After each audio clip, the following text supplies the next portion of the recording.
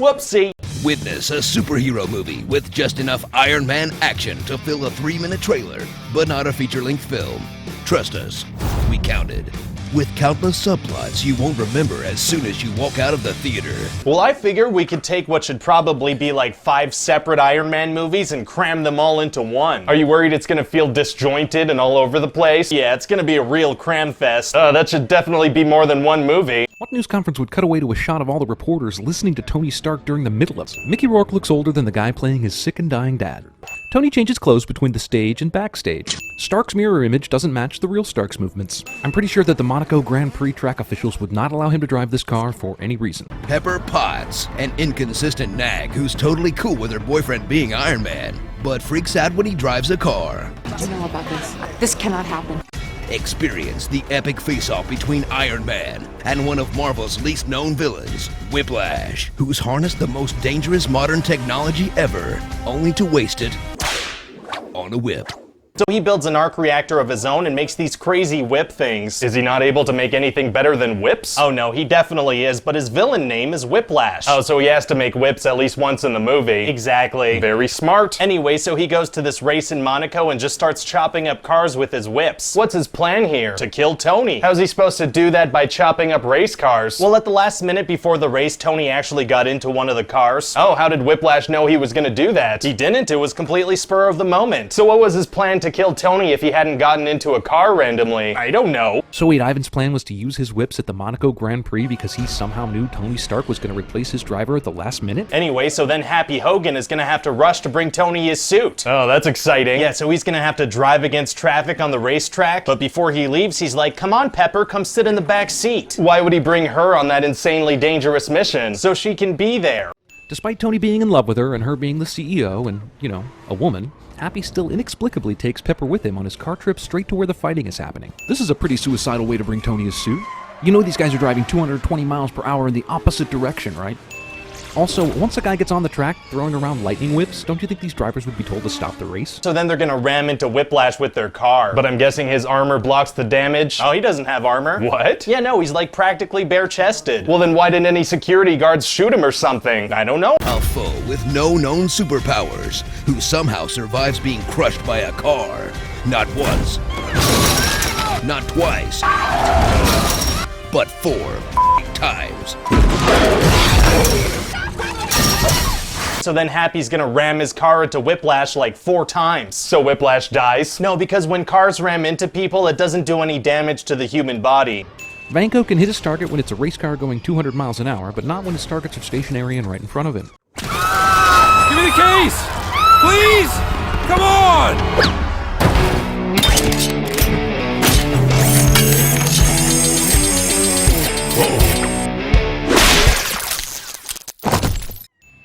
It's also nice of Vanko to wait patiently and not kill anyone with his whip while this portable Iron Man suit takes several seconds to attach itself to Stark. Oh good, glad the CRS crew is here now. Wait, couldn't one of them have shot this guy sooner?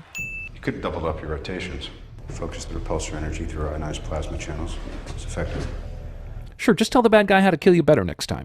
Why isn't this guard already trying to beat Ivan to a pulp right now for not being in his cell? I guess no one will ask questions about where this prisoner went and why there was a dead guard in the middle of the jail when they wrap up the case of Ivan's mysterious death.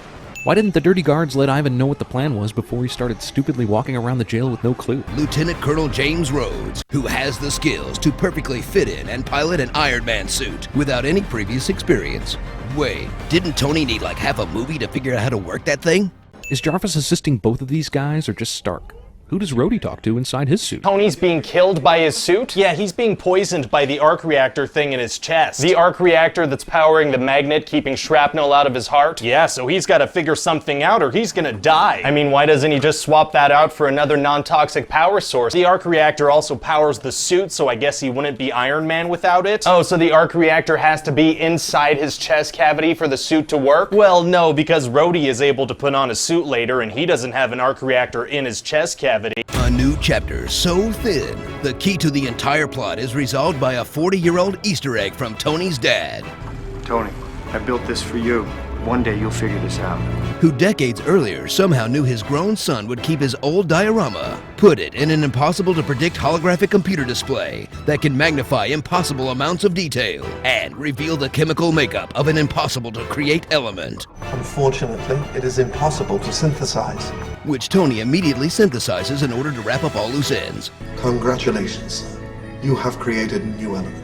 It turns out his dad had discovered a new element, and so he hid the plans for it in a diorama so that his son could decipher it in the future. Seems overly complicated. Oh yeah, it's super complicated and way over the top, but he ends up figuring it out. Yeah, but when he discovers the plans, Jarvis is like, bad news, Tony, this element is impossible to synthesize. Oh, so what does Tony do? He immediately does it. But how? By being smart and doing it. Why even mention that it's impossible to do if we're just gonna have him do it immediately? Because it's dramatic. Why does this beam of unexplained makeup burn through concrete and steel, but not the cables just to the left of this triangle holding thing? Why does Vanko keep zipping and unzipping his sweatshirt throughout this scene? Tony mutes the call with Vanko so he can talk to Jarvis without Vanko hearing, but then carries on talking to both of them without using the mute button anymore. Hash it out.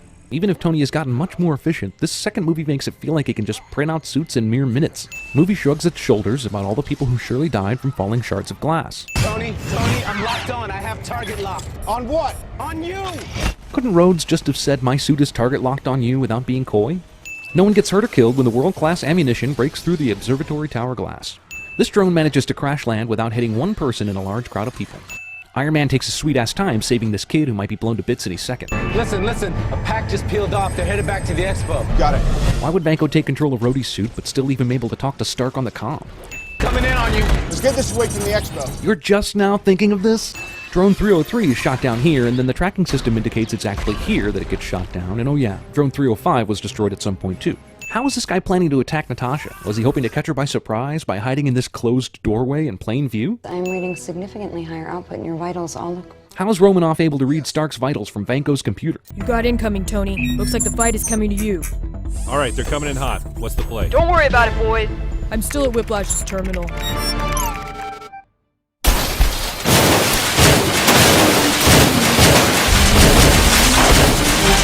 Well, don't stay down here. This is the worst place to be. Even though Tony says the drones will arrive any second, he and Rhodes still waste 15 seconds bickering about who should stand where. Why doesn't Vanko just have all the drones fire all the missiles as soon as they land, instead of dramatically pausing for several tense seconds?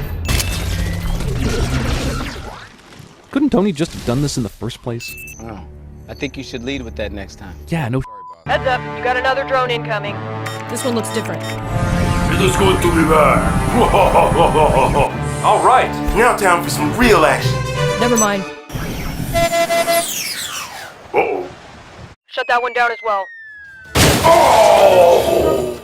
Okay, you're still hacking. Yeah, he really shouldn't have left his computer like this. So how does Tony bring him down? Well, Whiplash opens his helmet mid-fight for no reason, so Tony and Rhodey are able to blast him and do some serious damage. Wow, super nice of him to expose a huge weak spot in the middle of a fight to the death.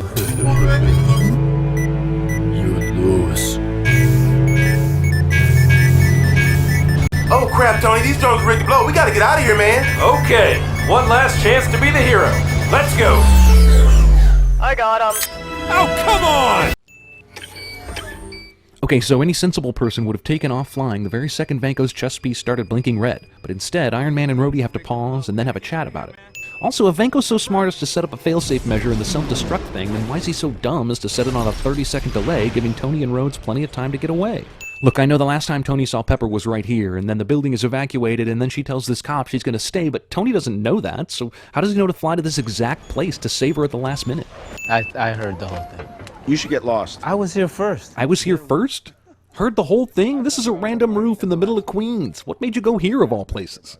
People are relying on you to be Iron Man, and you've disappeared. And Couldn't have said it better myself.